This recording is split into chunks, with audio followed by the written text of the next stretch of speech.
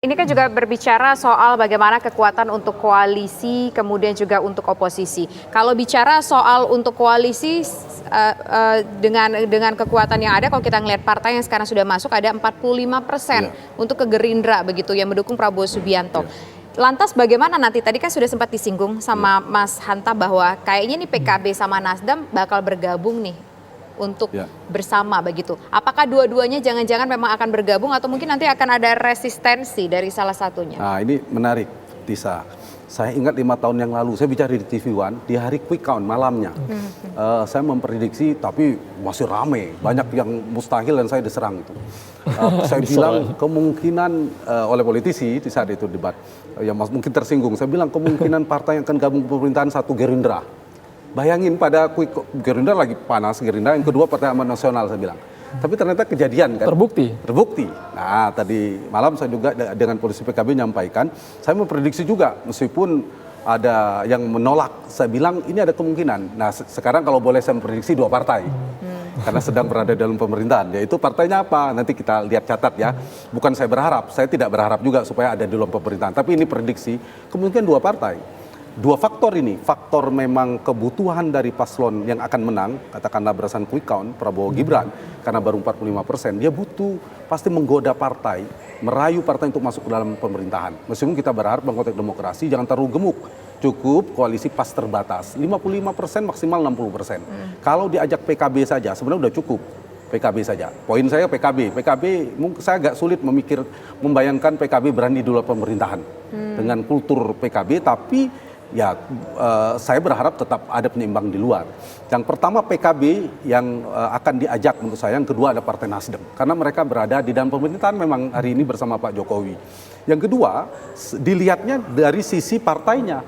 Dari sisi partainya dibandingkan PDI Perjuangan dan PKS, mereka gen oposisinya, gen politik oposisinya lebih kuat. PDI Perjuangan betul kata Mas Hasto yang tadi katakan mereka lama 10 tahun di pemerintahan Pak SBY, Ibu Mega itu kekeh. Dan saya percaya Ibu Mega kalau oposisi bisa oposisi, sulit merayunya. Yang kedua PKS karena alasan ideologis, bisa jadi karena PKS tidak mau atau memang tidak diajak. 2 faktor. Nah, 2 faktor ini bagi saya karena yang kemarin faktor PKS memang mungkin tidak menjadi prioritas. Nah, urutan 4 partai di luar, sekarang kan ada 8 partai yang akan lolos. Betul.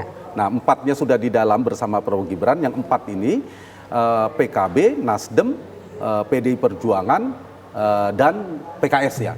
Nah 2 yang pertama saya katakan kemungkinan akan menjadi prioritas Prabowo Gibran. Sekaligus 2 partai ini sangat mungkin bergabung pemerintahan, yaitu PKB dan Nasdem. Kalau ini digabung berarti 45 ditambah PKB sekitar 12%, berarti sudah 57%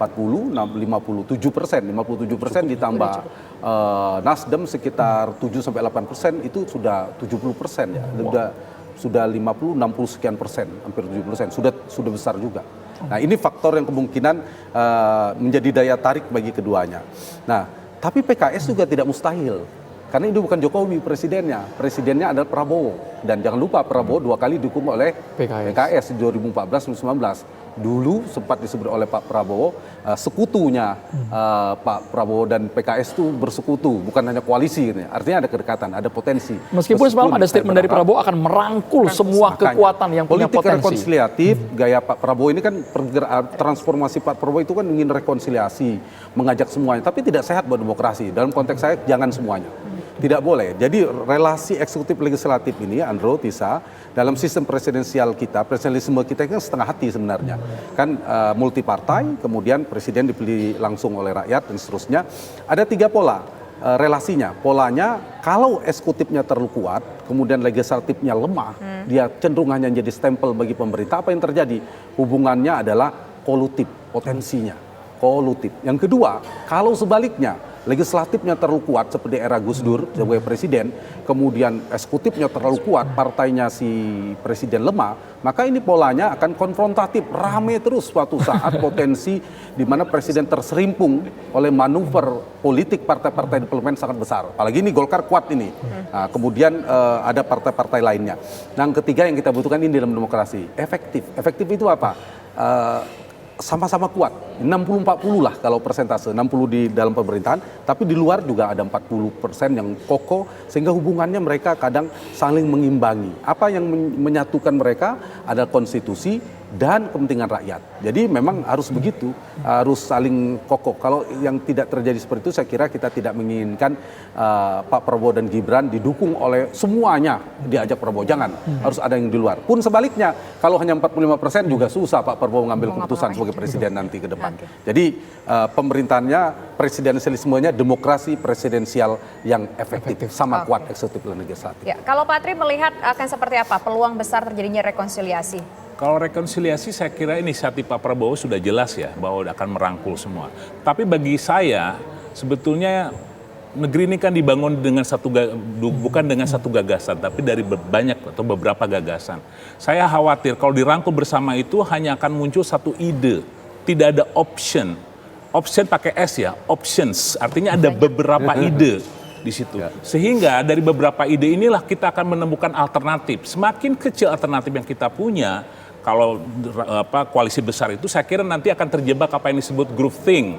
Itu artinya apa? Groupthink itu situasi di mana orang tidak mau berbeda.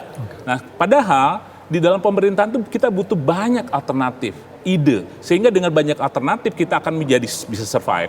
Maka check and balance itu harus terjadi.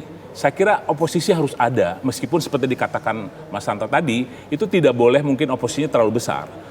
Yang efektif itu seperti apa? Nah, di situ dengan adanya check and balances itu kita sangat berharap bahwa akan muncul options, pilihan-pilihan, akan muncul ide-ide. Dan ide-ide itu tidak bisa dihasilkan oleh satu kelompok yang bersama besar seperti itu. Harus ada saya kira mekanisme yang bisa saling mengontrol. Makanya check and balance itu ini ada kesempatan. Saya kira PDIP punya alasan sekali untuk menjadi oposisi. Sikapnya sudah jelas. Sudah jelas. Meskipun saya juga berharap sebetulnya PKS ya. Tapi seperti dikatakan Mas Hanta tadi, sejarah PKS untuk bergabung dengan Pak Prabowo itu bukan ahistoris ya. Jadi bisa saja. Saya khawatir justru kalau hanya sendirian di luar, itu akan terjadi sama seperti pemerintahan yang sekarang ya. Saya kira kalau kita sepakat ya bahwa demokrasi itu adalah the only game in town, satu-satunya alat permainan, maka check and balances itu harus ada. Dan check and balances itu bisa terjadi kalau ada oposisi. Meskipun tidak harus besar, tetapi paling tidak efektif di situ. Oposisi menjadi bagian dari kualitas demokrasi Indonesia. Tanpa adanya oposisi, itu justru tidak akan menghasilkan banyak opsi. Check and balances tidak akan terjadi.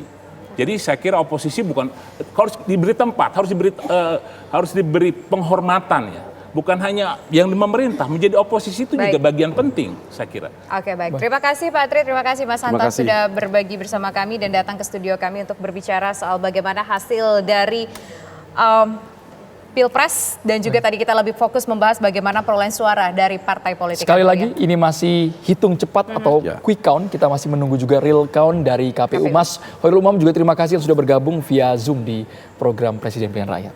Dan pemirsa, informasi menarik lainnya masih akan kami hadirkan usai jeda berikut, tetaplah bersama kami.